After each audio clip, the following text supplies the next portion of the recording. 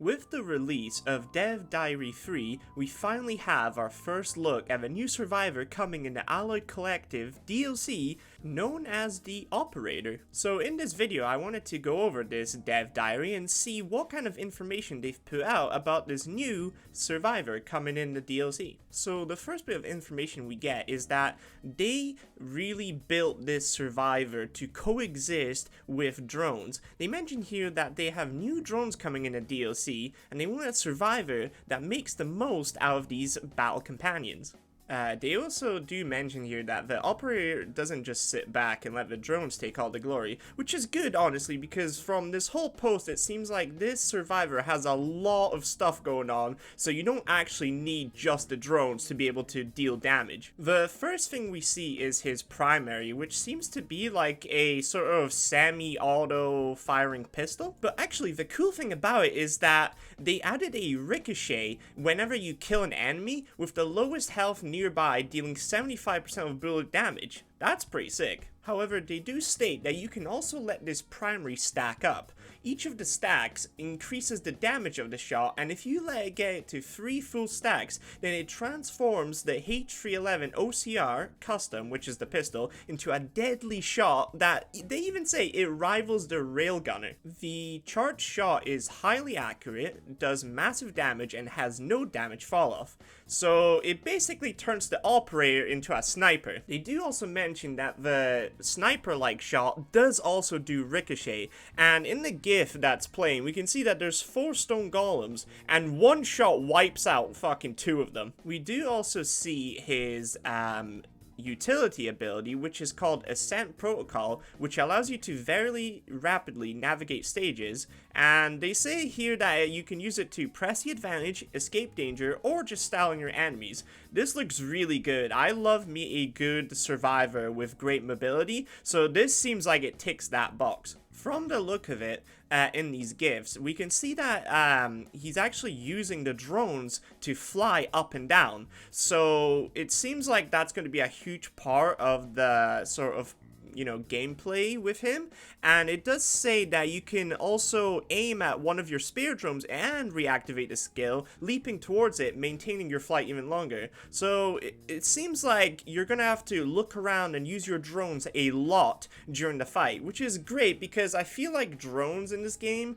they don't really do much. You kind of just like buy them, they fly around, they don't really do much damage. I guess they take aggro, but with this DLC, it seems like they're really focusing on the drone aspect of the game, and I'm really looking forward to see how this actually plays. This special ability, Ejection Core, looks really good. You can overcharge a drone and basically just chuck it at a group of enemies to melt health bars and shred their defenses, so you don't have to rely on the bullet ricochet to deal AoE damage. Additionally, it does also launch enemies into the air, and they get applied with the bug debuff, and it says here any enemy with the bug debuff takes additional damage and their descent is slowed, allowing you to continue pelting them with bullets. This sounds really good. I'm really excited to use this skill. In some of these GIFs, they also show whenever you're looking at enemy, there's this little icon on the enemies. That's not actually yours, that's your drone target. When using the operator's secondary admin overdrive, you can actually use your currently active drone to attack the target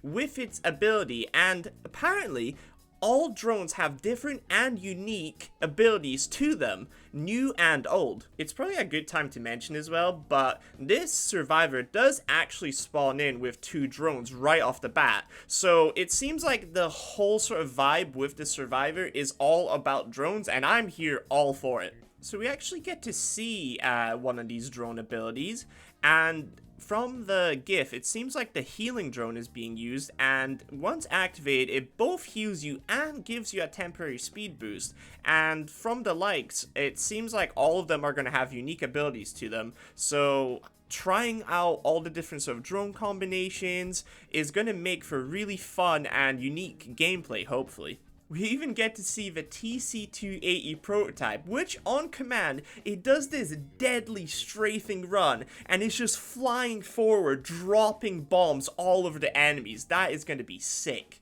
They do mention here that every new drone you collect gives you an extra charge of this ability, and they do actually suggest to save those charges up for something like a teleport event, a hard boss, or something. So it seems like you might not want to be using this all the time on just like regular mobs. It seems more like something you want to use on like powerful enemies. Last little bit of information we get about the operator is that it will actually come with a full set of alternative abilities and starting drones to choose from, but they're gonna leave that till when actually the DLC drops later this year. So in this section of the diary, we do actually get a little bit of bad news. I don't think it's that bad, but essentially what they're saying is that they don't have a release date. They're really excited about the whole DLC as a whole, and basically they don't want to repeat the mistake with the previous DLC, because as we know, that was a fucking mess. Like, it not only was the DLC had stuff that was unbalanced and it just wasn't good,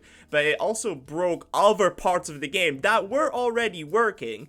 So it seems like with this DLC, they really don't want to have to crunch, and they just want to release it in a state where it's fully playable, which is really good. At least it's still on track to release later this year as promised, so that's pretty good too. The last bit here in the diary is that we are still waiting to see the other survivor, which is going to be actually a person from a previous Risk of Rain game. I didn't actually play that one, so this one is going to be full of surprises, so if anyone has any sort of theories or suggestion on who we might get, I would love to hear it. And they did also post this random gif of a chest sort of like hitting the operator and it just bouncing off to the floor. I'm not really sure what this entails, but it looks pretty goofy, so I'm looking forward to seeing what all of this has to offer. As a whole, I'm really excited for this expansion. The first two are really great. I really like the addition of the DLCs in Risk of Rain 2. Even though the second one was a little bit shaky, I actually came to it after everything was fixed, so my experience with the DLCs has been great, and I'm hoping this third one continues that trend. So that's actually it for now. We are set to have more information coming out and until the DLC actually drops.